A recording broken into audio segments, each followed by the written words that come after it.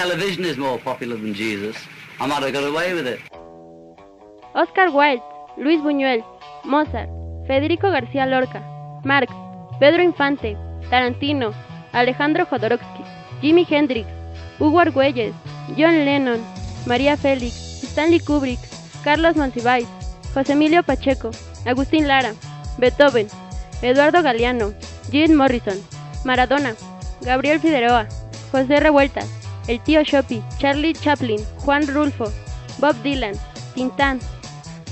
Todos ellos fueron bigger than Jesus. O más grandes que Jesús por aquello del desdoble lingüístico. Y estamos aquí para rendirles el merecido tributo a sus obras, esas que dejaron huella en la cultura y no encontrarás en las librerías del Sanborns o en los programas de Toño Esquinca. Esto es Bigger Than Jesus, una propuesta de análisis de las obras literarias, cinematográficas, musicales y de todo tipo que solo pudieron haber sido creadas por personas más grandes que Jesús.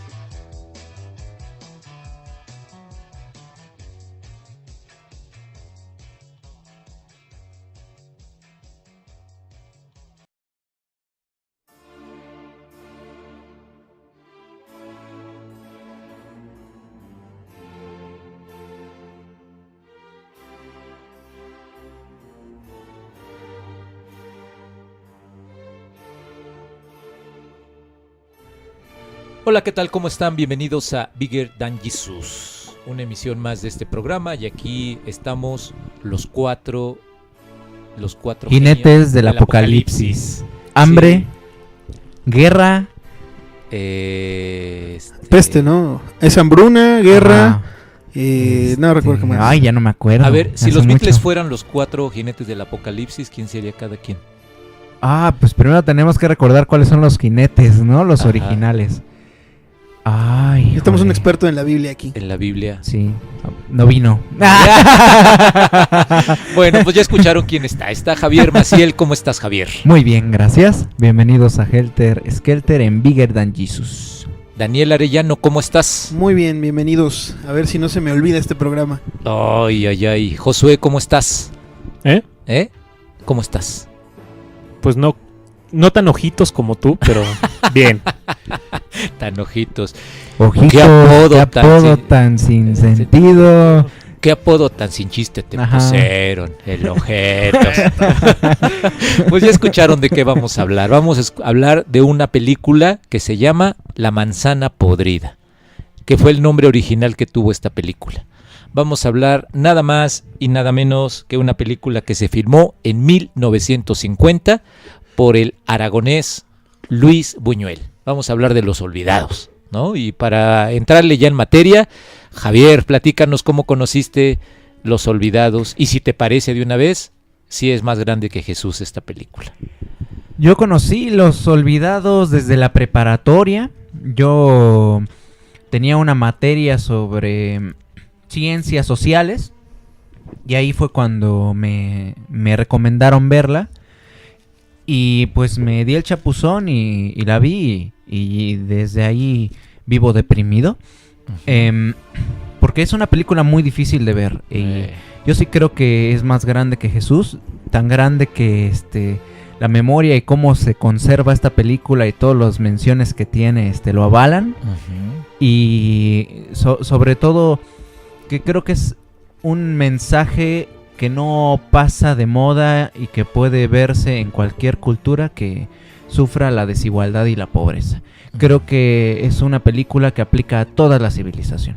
Josué, ¿tú cómo llegaste a Los Olvidados? Pues por obligación.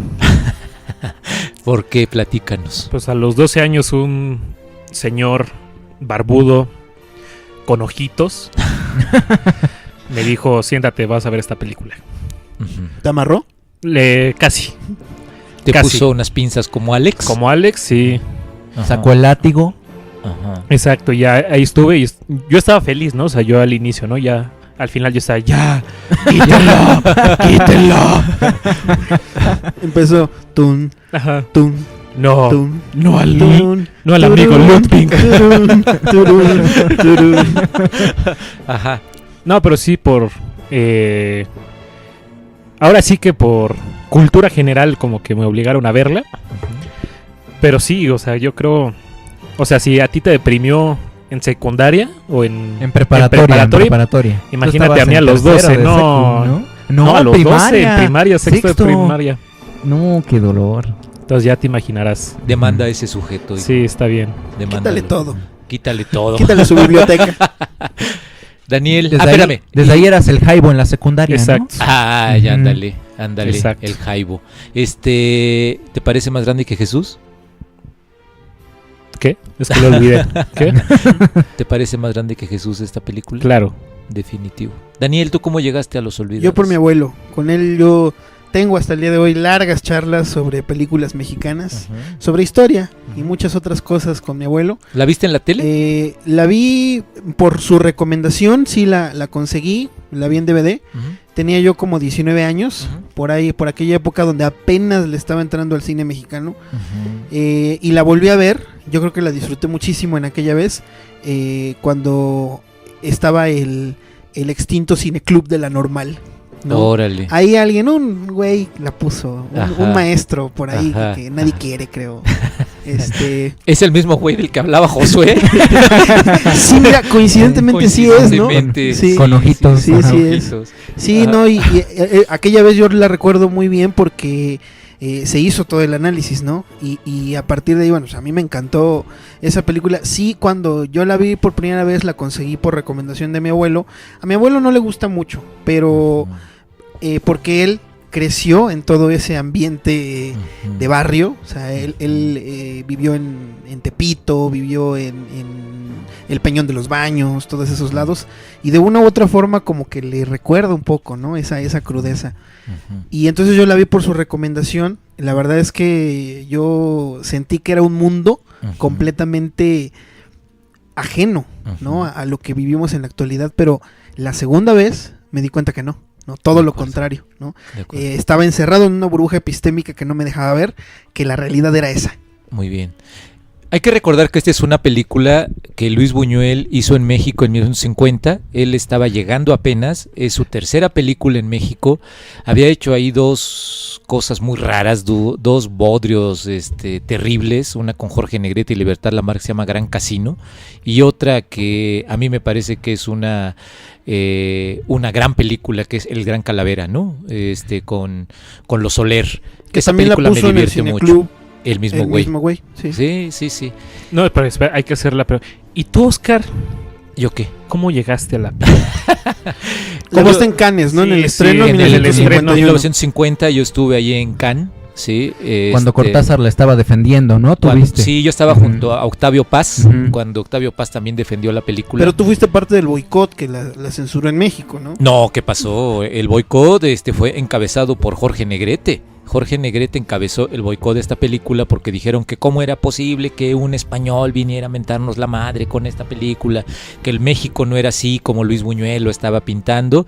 Y pues Luis Buñuel agarró... por cierto, esta película fue estrenada en el Cine México, que en la actualidad es un edificio ahí de multifamiliar, y este cine era muy grande, ahí se exhibió... Pero dilo como los de Pare de Sufrir. ¿Cómo? Donde era antes el Cinema Jalisco. Y ahí se exhibió Los Olvidados. Salieron muy ofendidos muchos artistas, entre ellos, por ejemplo, la esposa de Siqueiros. La esposa de Siqueiros casi golpea a Luis Buñuel ese día y dijeron, no, es que está ofendiendo a México. Luis Buñuel agarró su película, se le llevó para el Festival de Cannes y allá triunfó, ¿no? Uno de sus grandes defensores es Octavio Paz y Julio Cortázar, que le escribe una carta bellísima a Luis Buñuel, ¿no? Y la verdad es que es una película que le quedó redondita, ¿no? Y que solamente se filmó en mes y medio. Es una película de mes y medio, producida por Oscar Dassingers, que era un productor que se animó a meterle lana a esta película. Y la verdad es que es una de las películas que a mí me parece que tiene una característica muy particular. Es una película que logra entrelazar muchas cosas. Luis Buñuel se fue a hacer estudios en la zona marginal de la Ciudad de México para ver qué es lo que pasaba, las historias de estos sujetos, y ahí escribe esto que, repito, se llamaba originalmente La Manzana Podrida. Sí, no sé qué título les gusta más, si La Manzana Podrida o la de Los Olvidados. Los Olvidados me parece más acertado. ¿A ti, Javier? Pues fíjate que pensándolo, creo que le queda muy bien la manzana podrida, porque cuando pienso en Los Olvidados, me recuerda a Los Miserables. Ah, ya. Y digo, ya, bueno, ya. pues ya existe un título parecido. Ajá. Digo, pues, La manzana podrida me habría gustado mucho también. Sí, a ti, Josué. La manzana podrida que se olvidó. La manzana podrida que se olvidó. Y olvidada. Sí. La manzana podrida y Olvidada. olvidada. A mí me parece que la manzana podrida solamente como que individualiza. Me parece que lo coloca más en el Exactamente. jaibo, Ujú. ¿no? Porque, Lo coloca más en porque el la jaibo. manzana prohibida da por hecho un protagonista. Ajá. Y lo que tiene esta película es que no hay un protagonista. No, Son no, varios. no, es que la verdad está muy bien armada, ¿no? Hay que recordar ahí a los personajes. Está el jaibo, que me parece que Roberto Cobo hace una interpretación extraordinaria. Y hay que recordar cómo güey. lo contrata. Sí, Iba sí, sí, pasando iba por pasando allí. por Y allí. llegó, oye muchacho, ven para acá". Radio UNAM presenta. El Sí. chisme con Daniel Arellano. Sí, Patrocinado. Daniel Bisoño. Mana. Sí, o sea, el Jaibo iba pasando por ahí, era un cuate que, pues, por alguna razón, yo Vamos, creo que se veía malandro, sí, ¿no? sí, se veía, tenía cierto aspecto, ¿no? Y Luis Buñuel le dijo, ¿sabes qué? ¿Has actuado alguna vez? No, pues nunca. Ah, eres perfecto para un papel. Toma, agarra este guión, léelo. Sí, ¿no? claro. Y le quedó totalmente, ¿Y ¿no? quién se Le iba a quedó. imaginar que en los años 70 Roberto Cobo iba a ser la Manuela en El lugar sin límites, Sí. haciendo una de las interpretaciones de un gay de la manera más hermosa, Sí, ¿no? sí, sí. Esa, perdón, me adelanto, a lo mejor en otro momento hacemos un Bigger Than Jesus de esta película que es El lugar sin límites, basada en la novela de José Donoso, y esa escena donde hace el baile Roberto Cobo con Gonzalo Vega, ¿no? Unas escenas más cachondas que uno se puede imaginar bailando La leyenda del beso. Pero en fin, cierro ese paréntesis. Continuemos con los personajes. Sí, a ver, está Pedro. Pedro. Pedro, Sí, Pedro. o sea, Pedro es Pedro. uno de los personajes más hermosos del cine mexicano. Ese papel lo iba a hacer José de la Colina. Y la verdad es que, pues, quien hace a Pedro le quedó de una manera muy Sí. chingona, ¿no? El Ojitos, ¿qué opinan del El Ojitos? Ojitos. Gran Pues, personaje. Sí, pues tal vez el más olvidado, ¿no? Pero lo interesante, ¿no? O sea, el Ojitos se convierte en el lazarillo del ciego. Sí. Ujú. O sea, son los ojos del ciego, Ujú. ¿no? Y el ciego que también se quiere amarrar a Meche, ¿no? Que es la hermana de El Cacarizo, ¿no? Que son Sí. esta familia que vive donde se van a ocultar todos, ¿no? Ujú. A ver, de la leche de burra. la leche de burra. Ujú. ¿Qué opinan, por ejemplo, qué opinan de El Cacarizo, por ejemplo? Este personaje que a lo mejor es secundario, pero a que a mí me parece que es el gran cómplice del jaibo, ¿no? Sí, Sí. sí, sí, sí, lo defiende, lo lo conduce. protege, lo Ajá. encuentra Conduce la lugar. chicharronería. Sí. Sí. O sea, pues al final él está consciente de todas las cosas que hace Jaibo, pero nunca hace nada, ¿no? Oigan, y Meche, esa niña güerita, seductora, vuelve a salir esta obsesión de Luis Buñuel por las Por las piernas, piernas. ¿no? Y cuando se pone la leche, porque el Ojito les recomienda que la leche de burra es buena para la piel, Ujú. y se echa la leche en las piernas, ¿no? A ver, ¿qué opinan de Meche como personaje? Es el objeto del deseo. Ujú. Exacto. Y además al final de la película es la que se cruza con la mamá de Pedro y le dice la mamá de Pedro, oye, ¿no has visto a mi hijo? Y le dice, no. Y ella sabe perfectamente que va en el burro porque Pedro Sí, ya se murió, ya lo exactamente. mató el jaibo, ¿no? O sea, la verdad es que es una película con un argumento extraordinario.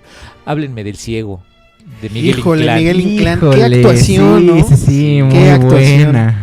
Sí. Miguel Inclán, que irónicamente, ¿no? Miguel Inclán sale en Nosotros en los Nosotros los pobres, pobres, como el ¿no? marihuano. exactamente, que también es una actuación Sí. bárbara, ¿no? Ujú. El mismo Miguel Inclán que va a ser el policía en Salón México. También. ¿No? Ahí de personaje también, bueno. sí. O sea, es un tipo con una faceta de actuación muy amplia, ¿no? Ujú. Pero, por ejemplo, el ciego en esa escena donde dice, deberían matarlos a Sí. todos antes de nacer. Sí. O sea, la No, parte qué más fuerte. conservadora, Ujú. ¿no? Esto no, No pasaría con Don Porfirio en el con poder. no, pero además dice, con mi general, Mi general. mi general Don Porfirio. Mm. Las mujeres estarían en su casa y no como ahora que se la pasan engañando a Sí, sus maridos. cualquier cosa y dos disparos y ya, Sí, ¿no? claro, Sí, claro, claro. ¿Cuál es su escena favorita? A ver, Daniel, tú comienzas. Yo tengo varias. La verdad es que les decía que a mí me gusta mucho la escena inicial de cómo describe las ciudades, ¿no? Ernesto Y ahí Alonso. les va lo que dice, ¿no? Ahí les va, dice: las grandes ciudades modernas, Nueva York, París, Londres, esconden tras sus magníficos edificios lugares de miseria, que albergan niños mal nutridos, sin higiene, sin escuela, semillero de frutos delincuentes. De futuros. De futuros delincuentes. La sociedad trata de corregir este mal, pero el éxito de sus esfuerzos es muy limitado. Solo en el futuro próximo podrán ser reivindicados los derechos del niño y del adolescente, para que sean útiles en la sociedad. Y yo les pregunto, o sea, esta descripción que hacen del México crudo, que está diciendo que hay niños con hambre, que hay niños que son el fruto el semillero de los delincuentes, ¿habrá cambiado en algo No, en 70 años? No, Para nada. Yo sigo pensando que esta película es tan vigente. Ujú. O sea, Exactamente. la puedes poner hoy y suena vigente Y la es que película. incomodó un montón a Sí, la sociedad, claro. ¿no? O sea, No, y deja, la ves hoy y dices, hasta te da envidia. sí, ¿verdad? Te da envidia, dices, ojalá yo hubiera tenido una escuela así, ¿no? Sí. En donde Claro. meten a Pedro. La escuela granja. La- Ajá, la escuela escuela granja. granja y me dan trabajo, bueno, se preocupan por mí. Ahora no hay nada. Oye, ¿no? esa escena cuando Pedro agarra los huevos y la avienta hacia la cámara, ¿no? Sí. Y que Ajá. se embarra Sí, la sí, cámara. O sea, es una idea de ponerle cremas a la gente, huevos, güey, Ujú. ¿no? O sea, qué figura tan poética del pinche Luis Sí. Buñuel, ¿no? Sí. En esa Y ahí parte. hay que hablar completamente de su visión como cineasta, ¿no? Sí, sí, sí. Pensar que, por ejemplo, tuvo a Gabriel Figueroa para que le hiciera la fotografía. Sí. Y en esa anécdota, no pongan cortinilla, por favor, que cuando Gabriel Figueroa, que siempre se preocupó muchísimo por las la estética, ¿no? nubecitas. Y efectivamente estaba filmando sus nubecitas para que el paisaje se viera bonito, y que le llega a Buñuel y le dice: no, güey, no firmes las nubes porque ahí no está lo cabrón está aquí enfrente, Sí, los claro. pobres que se Ujú. están agarrando a madrazos, eso es lo que tienes que filmar, ¿no? Sí, fíjate, en lo que decía Javier hace rato, en esa escena cuando el director le da el dinero a Pedro para que vaya por los cigarros, ¿no? ¿Y qué le dice el maestro? Le dice, oiga, usted debe tener mucho dinero, ¿no? Sí. Porque, o sea, le da, ¿y qué tal si no regresa? Y la respuesta del director es extraordinaria, ¿no? Cuando le dice, bueno, si regresa, habré educado a este muchacho. Ujú. Y si no regresa, habré perdido mi dinero. Sí, O los sea, errores se pagan caros. Los errores se pagan caros, ¿no? Qué visión pedagógica, ¿no? Sí. Sobre la escuela granja. Oigan, y la mamá de Pedro, ¿no? Estela Inda, haciendo unas de las interpretaciones más chingonas, ¿no? O sea, esa parte donde no te lo dicen, pero donde el jaibo acaba seduciendo a la mamá de No, Pedro. es que la película Sí. es muy explícita, pero sin llegar a lo visual, ¿no? O sea, Ujú. en esta parte donde, por ejemplo, agarra palazos a este chavo, recuérdame cómo se llama, A el que Julián. mata a Julián. A Julián. Ujú. La escena es violenta, Sí. desde el principio, o sea, desde que se Eh. esconde la piedra, finge como que tiene un brazo roto Ajá, y se pone una y se pañoleta. pone la pañoleta. La escena es muy violenta, pero no es gráfica, ¿no? Y es esta idea de ser explícito a través de las imágenes que no se muestran.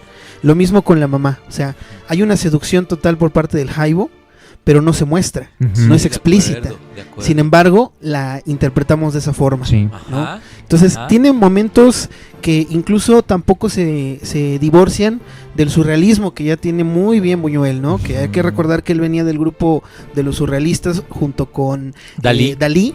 y Federico García García Lorca, ¿no? Entonces, esa parte de la que tiene muy bien marcada a Luis Buñuel en su cine, recordar la escena del sueño, Sí, con los sí. pocos recursos que tenía. Sí, sí, ¿no? sí. Y qué bien le quedó. y qué bien le quedó. La verdad es que sigue siendo una cátedra de cómo hacer cine. La parte final donde muere Jaibo y está toda esta onda lisérgica con el perro, ¿no? Sí, y la sí, analogía, el perro, ¿no? Sí, sí, sí. O sea, qué grandes escenas, la verdad. En esa parte del sueño del que dices, Daniel, cuando recuerden que la mamá de Pedro le niega la comida a Pedro Sí. porque pues anda de vago, ¿no? Le dice, y de pronto en el sueño la mamá le da la carne a Pedro y el jaibo se la quita, Sí. ¿no? O sea, qué figura tan poética también, ¿no? Y Ujú. simbólica.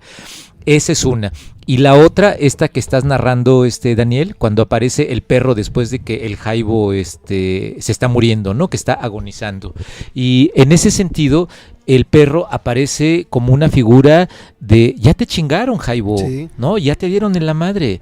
La verdad es que es una película que a mí me parece que hay que verla y verla y Sí, verla varias sí. veces, ¿no? Ahora, haciendo un análisis sociológico, se dice que hay 3 etapas del pobre mexicano. La primera etapa es la retratada por Luis Buñuel, en Los Olvidados. La segunda etapa es una película que se llama De la calle, ¿no es cierto? Sí. Perro callejero, perdón. La de los 80s. la de Valentín La de Trujillo. Valentín Trujillo, que retrata ya una segunda generación Sí, sí, sí. de pobres mexicanos. Sí. Y la tercera generación es esa que retrata una película muy mala noventera que se llama De la calle, Ujú, ¿no? ujú, ujú. Y pensar que a pesar de que estas 3 películas son muy diferentes, retratan lo mismo, ¿no? La pobredumbre, el abandono, Ujú. el hambre, o sea, me parece que hay que analizar muy bien lo que decíamos hace rato, que las cosas no han cambiado, ¿no? Ujú. Han evolucionado, pero parece que solo para peor, ¿no? Ah, y lo interesante, o sea, el lugar es la Ciudad de México. La Ciudad de México. ¿No? La Ciudad de México con su gran pobreza. O sea, esta película en la actualidad se pudo haber hecho en una zona marginal de la Ciudad de Sí. México, ¿no? Y lo que él hace, Luis Buñuel, es filmar en 3 lugares.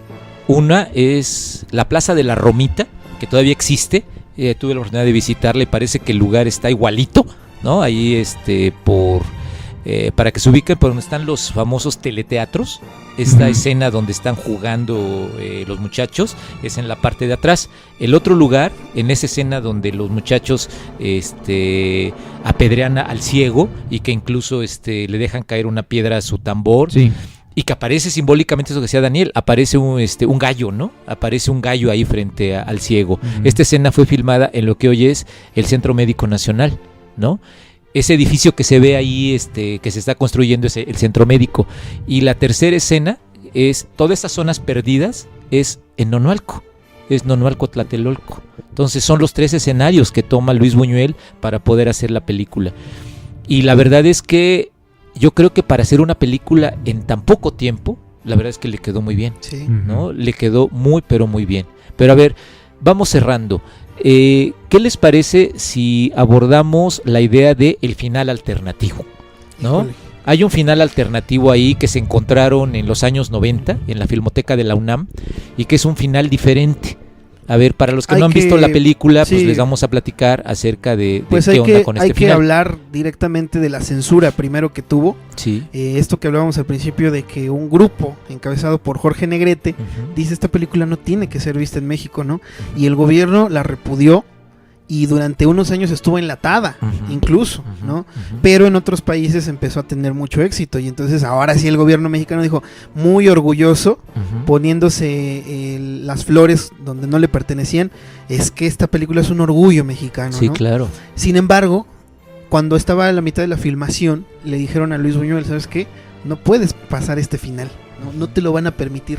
Tu película va a ser baneada, va a ser censurada y probablemente hasta te empiecen una persecución hacia tu persona, ¿no? Ujú, Porque no le va a gustar esto al gobierno. Entonces lo que él hace es grabar una escena alternativa que nunca sale en la edición final, pero la enlata, ¿no? O sea, así como diciendo, por si acaso Ujú.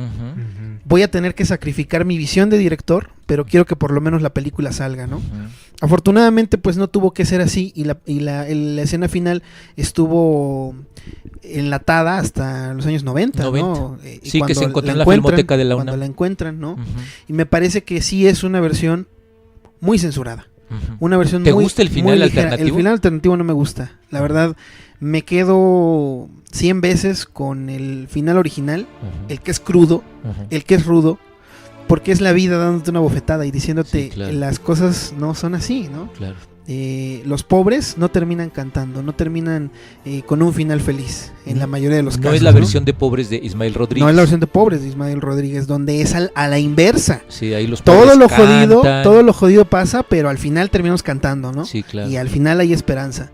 Y en Los Olvidados es desesperanza desde el principio hasta el final. Y eso a mí me parece completamente congruente con la visión de Luis Buñuel. Ujú. ¿Qué opinan, Javier Josué, sobre el final alternativo? No, yo concuerdo, o sea, yo sí siento que es un final muy fresa, ¿no? O sea, yo El sí pienso, alternativo. ajá, el alternativo es muy fresa, es muy light, es como muy muy coitus interruptus, ¿no? O sea, te vienen desarrollando la historia, y de pronto llegas como a ese final y es muy Deus Ex Machina, es hasta, a pesar de que puede encajar en la historia, queda forzado, ¿no? Entonces, sí creo que yo también me quedo con el final original, pero pues sí pienso, ¿no? En esa forma como de rebajar tantito la película con ese otro final. Yo sí diría que nada, sobre todo recomendaría que se viese el final alternativo una vez que se vio el final original. Claro. Javier, ¿tú Sí. qué dices? Pues la película es es como una visión de Charles Dickens de la pobreza, ¿no? Creo que pero es muy importante que no termine bien, porque si no transmite lo que realmente pega, que es pues la realidad, ¿no? El pobre no tiene esperanza. El final alternativo tampoco me gusta, porque tuve la fortuna, y creo que todos tuvimos la fortuna de primero ver el original, y el original es brutal. No quieres seguir viendo la película. Claro. Tienes los últimos 15 minutos y dices, ¿por qué sigo viendo esto, no? Y los últimos 10 minutos es de que te dan golpe tras golpe tras golpe, y no termina bien. Y cuando parece que dices, bueno, terminó mal, pero no tanto, se arrancan, ¿no? Y el final es desolador. Te quedas de... ¿Cómo pudieron en 4 minutos que quedaban de cinta dejarme tan mal, ¿no? Ahora sí que te dejan jodido, ¿no? En 4 minutos, ¿no? No, retomando, por ejemplo, a mí de las escenas favoritas, me quedo con Pedro cuando mata las gallinas, ¿no? Él tiene como su obsesión con las gallinas, dibuja las gallinas, los huevos, todo. Pero cuando mata las gallinas es todo lo que trae dentro, ¿no? Sí, claro. Eso. Pues se me hace como muy fuerte. ¿Qué tiene la niñez o qué puede expresar un niño que todo el tiempo está buscando qué comer, ¿no? Sí, claro. Y en el guión que tengo aquí en las manos, el guión de la película... ¿Que tenías otra vez? No, tengo. Es esa parte donde Pedro insiste, ¿se acuerdan? Una parte donde dice, yo quiero ser bueno, pero no sé cómo, ¿no? Sí. En esa parte donde incluso él ya va caminando, la escena donde el Jaibo se vuela los cuchillos, ¿no? Sí. Y le echan la culpa a Pedro, ¿no? Y entonces la mamá se lo madrea, ¿no? Porque dice, claro que te robaste los cuchillos y te voy a llevar a una correccional para... Y luego Pedro entra en un estado de crisis porque dice, Pedro le intenta explicar a su mamá lo que pasó y al final le dice, y hasta ahora me cree, ¿no? Hasta ahora me cree. O sea, la verdad es que tienes razón. O sea, es una película que te agarra el corazón y te lo exprime, ¿no? Y te dice, órale, cabrón, a ver si es cierto, ¿no? Sí, es una película creo que muy, pero muy ruda, ¿no? Y hay que recordar que es Patrimonio de la Humanidad. Patrimonio de la Humanidad de la UNESCO. Solamente 2 películas tienen ese título. Los Olvidados y curiosamente y también irónicamente Metrópolis, ¿no? Que habla también de una sociedad, pero esta sociedad es futurista, ¿no? Una especie de distopía medio rara. Pero lo interesante de Metrópolis, Daniel, es que te habla del mundo subterráneo. Del mundo subterráneo. Mientras la gente arriba está disfrutando, en el mundo subterráneo están pasando un chingo de cosas, que es lo mismo. Es lo mismo, por eso digo, curiosamente, ¿no? Sí. Oye, en esa escena donde Pedro está parado frente al aparador y aparece, que no te lo dicen, el pederasta, ¿no? O sea, imagínate en los años 50 hacer esto, ¿no? O sea, primero, no se había hecho cine acerca de niños en México. Luis Buñuel es el que inaugura esta parte, ¿no? O sea, porque no se había hecho otra película así, ¿no? Como esta. Y va a abrir la puerta a otras películas, no solamente en México, sino en el mundo. O sea, Truffaut, por ejemplo, reconoce que para hacer los 400 golpes tuvo que ver Los Olvidados. Y tiene razón, ¿no? Sí. Otra película cruda en Francia. Y así, o sea, las películas que hablan sobre niños, la pionera tiene que ser Los Olvidados de Luis Buñuel. Y filmada en México, ¿no? ¿Cómo cerramos el programa, Javier? Pues pues damos gracias y ya lo cerramos, ¿no? No, es un día muy triste gris como este, Ajá. por ejemplo, abran su computadora y busquen Los Olvidados, está en YouTube, Está en YouTube. Completita. completita. También Y- está la escena alternativa por ahí. Sí, y pues dense, ¿no? Está muy fuerte. Contrasten con lo que viven todos los días y verán que no es muy diferente. Ujú. Verán que tal vez hay más zonas así. Y pues es una reflexión que no tiene solución, ¿no? ¿Cómo sacas a tanta gente de la pobreza? Ujú. Y hace poco estaba leyendo y les recomiendo, digo con sus matices, porque hay mucho que criticar en esta investigación. Hay una serie de reportajes que acaba de sacar Chilango Ujú. sobre la desigualdad en México, desigualdad de vivienda y desigualdad económica. Y uno muy importante dentro de esa investigación se llama No Somos Iguales. Entonces, en ese reportaje de No Somos Iguales te explican que solamente el 10% de la población de la Ciudad de México, se concentra en la Ciudad de México, gana más de 22,000 pesos al mes. Todos los demás ganan menos de 22,000 pesos al mes. Y contrastando con precio de renta, necesidades de alimentación, de transporte, realmente es difícil vivir con menos de 15,000 pesos en la Ciudad de México. Entonces, de esos, menos de 15,000 pesos ganan el 60% de la población en la Ciudad de México. 60% que está buscando cómo ahorrar para comer, ¿no? Y hacen el contraste de cómo vive alguien del sector poblacional que más gana dinero, tiene su apartamento en Polanco, que lo renta a veces para series de Netflix, que se va del país a vacacionar unas 3 veces al año, Que se va al Gran Premio de México. Sí, claro, sí, al Gran Premio de México y no le cuesta nada, Ajá. o tiene amigos que lo invitan Sí, y no claro. tiene que gastar. Vamos, es una vida muy diferente y sus sueños es, bueno, quiero poner una empresa, pues la empiezo. Quiero ser músico, tengo mi estudio en mi casa, Claro. ¿no? Y son muy distintos. En cambio, una persona que vive, por ejemplo, en Mixquic, que todas las mañanas tiene que ir por la leña, ¿no? Para calentar su comida, para matar un pollo y hacérselo para que tengan que comer sus hijos.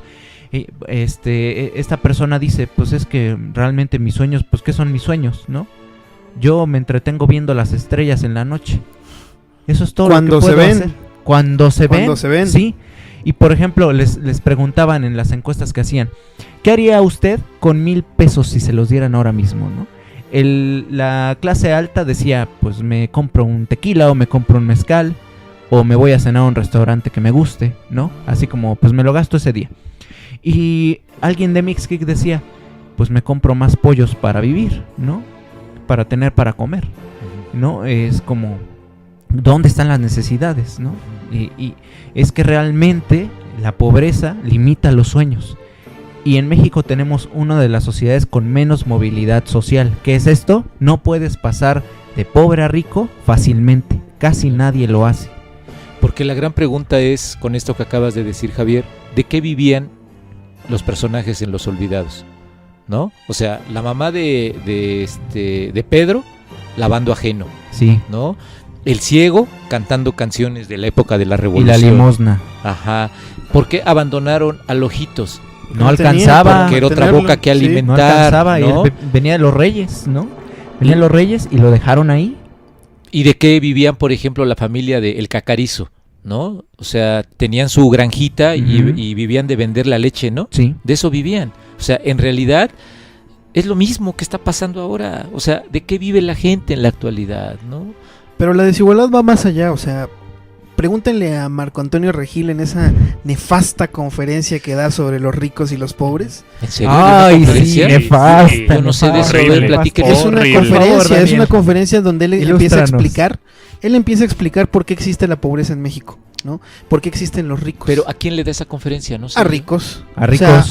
Lo contrataron para dar una para dar conferencia. una conferencia. Ajá, y ¿no? luego. Y él explica, por ejemplo, que cómo piensan los ricos, ¿no? La También está en mentalidad- YouTube. Está Por en favor, YouTube véanla para que le den dislike y Ujú. le mienten la madre a ese güey. Él explica que los ricos, la mentalidad del rico es que yo mi dinero lo voy a invertir en lo que a mí me importa, en lo que a mí me interesa para generar más dinero, ¿no? y los pobres es yo mi dinero me lo voy a gastar, ¿no? Y él empieza a explicar que los pobres lo único que buscan es un milagro, porque esperan a que las cosas les caigan del cielo. Y los ricos no, los ricos están convencidos de que hay que trabajar, de que hay que echarle ganas, etcétera, y que hay que invertir. O sea, esta visión es extremadamente clasista. Es como decir, Oye. los pobres son pobres Porque porque quieren, quieren, ¿no? porque quieren, Porque son flojos, porque porque no quieren, trabajan. y no- Porque no tienen sueños, y no exactamente, tienen y metas no a porque alcanzar. y no porque no exista algo llamado desigualdad de las riquezas, ¿no? Ya. Mala distribución de las riquezas, ¿no? ¿De cuándo es esa conferencia? Tiene varios Uy, años. ha de ser no, como no, que 2006. 2006, Sí, algo así. yo no tiene sabía ya de sus esa añitos. conferencia. 2006, Tiene algo ya sus así. Yo añitos. la vi cuando todavía Marco Antonio Sí. Regil era alguien, ¿no? Sí, exacto. Ahora ya no se ve en el ninguna hombre de la gran parte. sonrisa. Ujú. ¡Qué barbaridad! Sí, y ahí la pueden ver, o sea, sí es cierto que existe todavía mucho clasismo en México y por favor vean la película de Roma de Alfonso Cuarón. ¿Ya la viste? No voy a decir nada. No se puede decir nada. La pirateaste. No se puede decir nada, pero yo sí digo que la vean, o sea, no sé cuándo salga este Bigger Than Jesus, a lo mejor para cuando salga ya está en los cines o a lo mejor ya está en Netflix, porque no falta mucho para que se estrene, pero véanla porque ahí es donde se refleja una nueva idea de clasismo que no estará retratando Alfonso Cuarón en los años 2000, 2019, 2020, no, está en los años 70, 72 en el Que halconazo. lo que le tocó vivir. Que es lo que le tocó vivir, ¿no? Y van a encontrar un montón de cosas que no han cambiado, ¿no? Híjole. Entonces, hay que ver esta parte de la visión quizá un poco marxista, ¿no? De que las cosas no son tan sencillas como decir querer es poder, ¿no? Y se los dice una persona cuya madre de familia tuvo que abandonar su hogar a los 14 años porque su mamá no la podía alimentar, ¿no? Entonces, lo que hizo su mamá como estrategia fue mandarlo a un internado. Todos partimos de ahí, ¿no? Por ejemplo, mi madre se fue de Michoacán a los 11 años porque había mucha pobreza allá y la única manera de subsistir era en la Ciudad de México. Sí, claro. Entonces se metió a estudiar secretariado y de ahí trabajó. Por ejemplo, mi padre, que porque pues también eran muy pobres, él se tuvo que pagar la carrera cantando en camiones, ¿no? Y de ahí sacaba y se pagó contaduría, que era para la que le alcanzó. Oye, ¿y será por eso, y lo digo en serio, Javier, que te gusta tanto cantar a ti? Claro que sí, Definitivo. sí, definitivo. Sí, Mi padre sí, tenía su guitarra ahí y yo era muy chico y siempre veía su guitarra colgada y dije, pues quiero aprender, ¿no? sí, claro. Pero tenía tanto trabajo que él no me podía enseñar. Entonces, un día de vacaciones, dije, voy a aprender estas vacaciones a tocar y me aprendí solito con sus cancioneros de Juan Gabriel. De guitarra fácil. Sí. Y a partir de ahí fue que yo empecé a tocar guitarra. Josué, ¿cómo cerramos este programa? Yo quisiera recomendarles y traer a la mesa a un escritor novohispano del siglo XVI llamado Rosas de Oquendo. Es muy interesante porque hace algo muy parecido a algo que se llama la sátira de las cosas que pasan en el Perú. Esa sátira la escribe obviamente inspirado en Quevedo, pero la intención es mostrarle a los españoles o a los europeos que el ideal de América no existía. Es decir, les demostraba cómo en América llegaban los que eran los delincuentes en Europa, les demuestra que escribe que América llegan pobres y con el ideal de llegar a ser ricos, pero no llegan a ser ricos, se quedan pobres. Demuestra pues la sociedad como era literalmente en la época novohispana, y muy parecido en su época. Pues ¿qué pasa, no? Pues se pierde, según, o se esconde. Y que obviamente hay otros textos como La Grandeza Mexicana que obviamente se publican por toda Europa, ¿no? Y la sátira no. Y que obviamente me recuerda mucho a Los Olvidados porque es precisamente eso, ¿no? Como en la misma época, por el mismo periodo de tiempo, unos años después, se va a creer que los pobres cantan y bailan a ritmo de jazz como en Amor sin Barreras, pero se olvida por otro lado de los pobres, se olvidan de todos ellos, ¿no? O sea, es muy, muy interesante cómo en Amor sin Barreras hay toda esta intención de hablar del migrante, hablar un poco del puertorriqueño que está en Nueva York y que lucha por tener territorio dentro de Nueva York contra los Yankees. Pero al final pues se la pasan cantando, ¿no? A pesar de que termine en tragedia también esa historia, pues hay todo ese momento como que lúdico, como que hay diversión. Y en cambio en esta película no, y literalmente yo creo que sí son los olvidados, o sea, literalmente se habla de todas esas personas que quizá no nos ponemos a pensar en un día a día o que no nos ponemos a recordar en el día cotidiano. Entonces yo sí... Obviamente yo creo que si no la han visto la van a ver después de escuchar esto, y si ya la vieron la van a volver a ver. Pero yo creo que sí es importante como ver todo el contexto, como ya hemos dicho infinidad de veces en estos minutos, cómo no han cambiado las cosas, cómo se pueden hacer paralelismos completamente, y que no solamente son paralelismos que vienen de 70, 60, 50 años, o sea, vienen, como les digo, desde inicios de la colonia, ¿no? Y que vienen con todo este inicio como nada más únicamente porque los primeros que llegaron se hicieron ricos, y todos los demás europeos pobres que creyeron que viniendo a América se iban a hacer ricos, y no fue así. Entonces yo creo que sí es como rescatar un poco a todas esas personas, rescatar a todos esos personajes que vemos en un día a día, y que yo creo al final son, como bien decía también Javier, se ve reflejado ahí en Los Miserables de Víctor Hugo, pero que al final creo que si vemos esta película porque al final me pongo a pensar y es como un secreto a voces, ¿no? O sea, se habla de la gran película de Los Olvidados, pero hasta como que por debajo de la mesa, ¿no? Es así como de, ya vi Los Olvidados, ya está buena esta película, pero no se comenta tanto como otras tantas películas. Entonces yo creo que hay que ver un poco Los Olvidados para tratar de desolvidar un poco de los personajes que hablan Los Olvidados. Muy bien, pues vamos cerrando. Yo solamente diría dos cosas. Yo no sé, decía Daniel, cuándo saldrá este programa, pero yo lo que digo es, ¿quieres entender lo que pasa con la caravana de centroamericanos? O sea, porque no quiero decir que son solamente hondureños, sino ahí están los nicas, ahí están guatemaltecos, salvadoreños, venezolanos. O sea, ¿quieres entender esta caravana? Ve Los Olvidados, ¿sí? Porque es esa marginalidad, ¿sí? Y que es muy interesante cómo ya se llamaron, ahora son el Éxodo. El Éxodo. Exacto, ¿no? Yo estaba pensando bíblicamente eso. Sí, claro. Es que ¿quién no va a irse a otras tierras con recursos, no? Claro. No, es algo tan natural. Sí. Buscar la tierra prometida. Sí, buscar la tierra de la leche y la miel, ¿no? Sí, claro. Y bueno, ¿realmente será la tierra prometida? Híjole, ¿no? O sea, está muy cabrón eso, ¿no? Y la otra cosa que quiero decir es que yo personalmente, o sea, ya es mi gusto, esta es quizá la película que yo más amo. Es mi película favorita de todos mis tiempos. No he visto mucho cine como Daniel, pero a mí me parece que esta película es mi favorita, ¿no? Es la película más poética y más hermosa que he podido ver. Y la verdad es que yo la recomiendo mucho. Y es la segunda mejor película mexicana de la historia del cine, según los críticos. ¿Después de? ¿No? Después de Vámonos con Pancho Villa. Otra. Sí. Que también tiene su final alternativo. Sí. Había que hacer un Bigger Than Jesus de también. Pero yo creo que, a mi parecer, Los Olvidados es mucho mejor. Pero Vámonos con Pancho Villa tiene más carga histórica, ¿no? Entonces, de ahí yo siento que fue el debate de a ver cuál ponen primero, ¿no? Pero fue un volado realmente, ¿no? Es un empate técnico. Sí, hay que ver Los Olvidados, ¿no? Hay que ver Los Olvidados, se las recomendamos mucho. Y bueno, pues esto fue Bigger Than Jesus.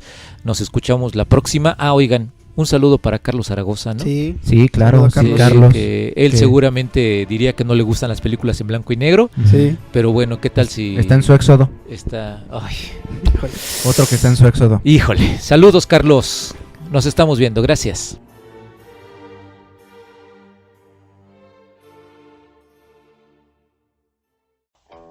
Apaga tu FM y sintoniza Bigger Than Jesus y Helter Skelter Radio, solo por YouTube. o descarga nuestro programa a través de iVoox. Sé parte de la comunidad de Skelter y ayúdanos a difundir para que sigamos creciendo. Puedes dejar tus comentarios y suscribirte a nuestro canal. Nos estaremos escuchando cuando queramos.